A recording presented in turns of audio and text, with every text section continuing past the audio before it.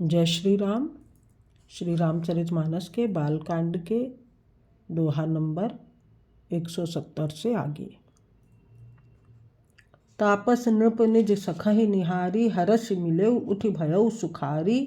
मित्र ही कही सब कथा सुनाई, जातु धान बोला सुख पाई। तपस्वी राजा अपने मित्र को देख प्रसन्न हो उठकर मिला और सुखी हुआ। उसने मित्र को सब कथा कह सुनाई। तब राक्षस आनंदित होकर बोला, अब साधेउ रिपु सुनहु नरेसा, जो तुम कीन्ह मोर उपदेशा। परिहरि सोच रहु तुम सोई, बिनु औषध व्याधि विधि खोई। हे राजन सुनो, जब तुमने मेरे कहने के अनुसार इतना काम कर लिया तो अब मैंने शत्रु को काबू में कर ही लिया समझो। तुम अब चिंता त्याग के सो रहो। विधाता ने बिना ही दवा के रोग दूर कर दिया है। कुल समेत रिपुमूल बहाई, चौथे दिवस मिलब मैं आई। तापस नृपहि बहुत परितोषी, चला महाकपटी अतिरोषी। कुल सहित शत्रु को जड़ मूल से उखाड़ बहाकर आज से चौथे दिन मैं तुमसे आ मिलूंगा। इस प्रकार तपस्वी राजा को खूब दिलासा देकर वह महामायावी और अत्यंत क्रोधी राक्षस चला। भानु प्रतापहि बाजी समेता, पहुँचाए छन माझ निकेता। नृपहि नारी पहि शयन कराई, हय गृह बांधे सी बाजी बनाई। उसने प्रताप भानु राजा को घोड़े सहित क्षण भर में घर पहुंचा दिया। राजा को रानी के पास सुलाकर घोड़े को अच्छी तरह से घुड़साल में बांध दिया। दोहा। राजा के उपरोहित ही हरि लय गयउ बहोरी, लय राखिस गिरि खोह महु, माया करिमति भोरी। फिर वह राजा के पुरोहित को उठा ले गया और माया से उसकी बुद्धि को भ्रम में डालकर उसे उसने पहाड़ की खोह में ला रखा। आप बिरचि पुरोहित रूपा, परेउ जाई तहि सेज अनूपा। जागे नृप अन भये बिहाना, देखि भवन अति अचरज माना। वह आप पुरोहित का रूप बनाकर उसकी सुंदर सेज पर जा लेटा। राजा सवेरा होने से पहले ही जागा और अपना घर देखकर उसने बड़ा ही आश्चर्य माना।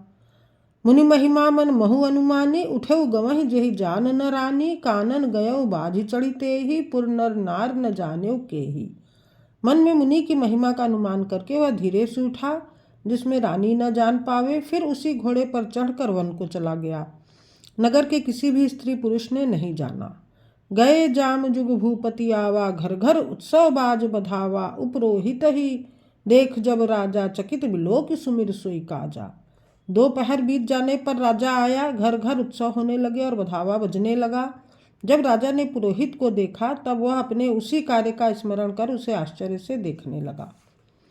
जुग सम नृपहि गए दिन तीनी, कपटी मुनिपद रहमति लीनी। समय जानी उपरोहित आवा, नृपहि मते सब कही समझावा। राजा को 3 दिन युग के समान बीते। उसकी बुद्धि कपटी मुनि के चरणों में लगी रही। निश्चित समय जानकर पुरोहित बना हुआ राक्षस आया और राजा के साथ की हुई गुप्त सलाह के अनुसार उसने अपने सब विचार उसे समझाकर कह दिए। दोहा। नृप हर्षेउ पहचानि गुरु, भ्रमवश रहा न चेत। बरे तुरत सत सहस बर, विप्र कुटुंब समेत। संकेत के अनुसार गुरु को उस रूप में पहचान कर राजा प्रसन्न हुआ। भ्रमवश उसे चेत न रहा कि यह तापस मुनि है या काल केतु राक्षस। उसने तुरंत 1 लाख उत्तम ब्राह्मणों को कुटुंब सहित निमंत्रण दे दिया। उपरोहित जेव नार बनाई, छरस 4 विधि जसि श्रुति गाई। माया मय तेहि कीन्ह रसोई, व्यंजन बहु गनि सकई न कोई। पुरोहित ने 6 रस और 4 प्रकार के भोजन, जैसा कि वेदों में वर्णन है, बनाए। उसने मायामयी रसोई तैयार की और इतने व्यंजन बनाए कि जिन्हें कोई गिन नहीं सकता। विविध मृगन कर आमिष रांधा, तेहि महु विप्र मासु खल साधा। भोजन कहु सब विप्र बुलाए, पद पखारी सादर बैठाए। अनेक प्रकार के पशुओं का मांस पकाया और उसमें उस दुष्ट ने ब्राह्मणों का मांस मिला दिया। सब ब्राह्मणों को भोजन के लिए बुलाया और चरण धोकर आदर सहित बैठाया। परुसन जबहि लाग महिपाला, भय आकाशवाणी तेहि काला। विप्र वृंद उठि उठि गृह जाहू, है बड़ी हानि अन्न जनि खाहू। ज्यों ही राजा परोसने लगा उसी काल केतु कृत आकाशवाणी हुई, हे ब्राह्मणों, उठ उठ कर अपने घर जाओ, यह अन्न मत खाओ, इसके खाने में बड़ी हानि है। भयउ रसोई भूसुर मासु, सब द्विज उठे मानि विश्वासु। भूप विकल मति मोह भुलानी, भावी बस न आओ मुखबानी।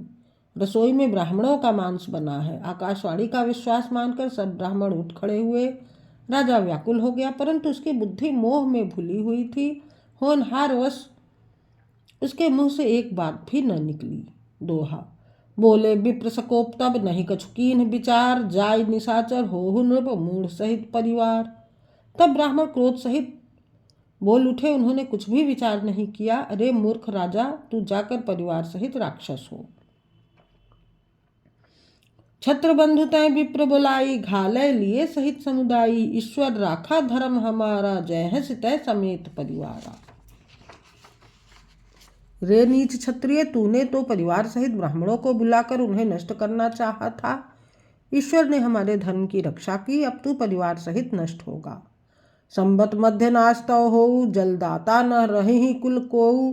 नृप सुनि श्राप विकल अति त्रासा, भय बहोरी बर गिरा आकाशा। 1 वर्ष के भीतर तेरा नाश हो जाए, तेरे कुल में कोई पानी देने वाला तक न रहेगा। श्राप सुनकर राजा भय के मारे अत्यंत व्याकुल हो गया। फिर सुंदर आकाशवाणी हुई। विप्र श्राप विचारी न दीन्हा, नहीं अपराध भूप कछु कीन्हा। चकित विप्र सब सुनी नभ बानी, भूप गयो जह भोजन खानी। हे ब्राह्मणों, तुमने विचार कर श्राप नहीं दिया, राजा ने कुछ भी अपराध नहीं किया। आकाशवाणी सुनकर सब ब्राह्मण चकित हो गए। तब राजा वहां गया जहां भोजन बना था। तहना सन नहीं विप्र सुआरा, फिरे उराव मन सोच अपारा। सब प्रसंग महिसुरन सुनाई, त्रसित परे अवनीय कुलाई। देखा तो वहां न भोजन था, न रसोईया ब्राह्मण ही था। तब राजा मन में अपार चिंता करता हुआ लौटा। उसने ब्राह्मणों को सब वृत्तांत सुनाया और बड़ा ही भयभीत और व्याकुल होकर वह पृथ्वी पर गिर पड़ा। दोहा। भूपति भावी मिटई नहीं, यद्यपि न दूषण तोर। किए अन्यथा होय नहीं, विप्र श्राप अति घोर।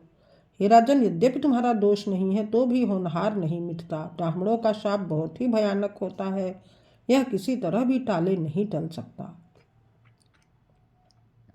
अस कहि सब महिदेव सिधाए, समाचार पुर लोगन पाए। सोचहि दूषण दैवहि देही, विरचत हंस काग किए जेहि। ऐसा कहकर सब ब्राह्मण चले गए। नगर वासियों ने जब यह समाचार पाया तो वे चिंता करने और विधाता को दोष देने लगे, जिसने हंस बनाते बनाते कौवा कर दिया। ऐसे पुण्यात्मा राजा को देवता बनाना चाहिए था तो राक्षस बना दिया।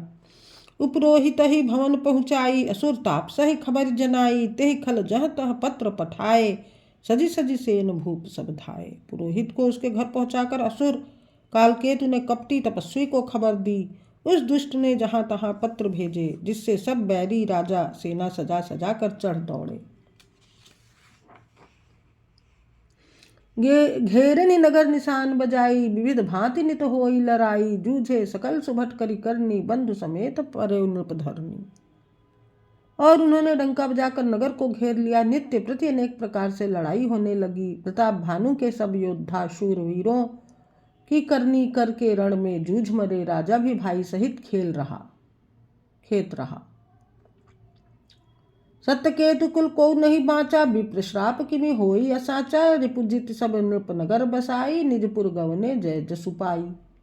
सत्यकेतु के कुल में कोई नहीं बचा। ब्राह्मणों का श्राप झूठा कैसे हो सकता था। शत्रु को जीतकर नगर को फिर से बसाकर राजा विजय और यश पाकर अपने अपने नगर को चले गए।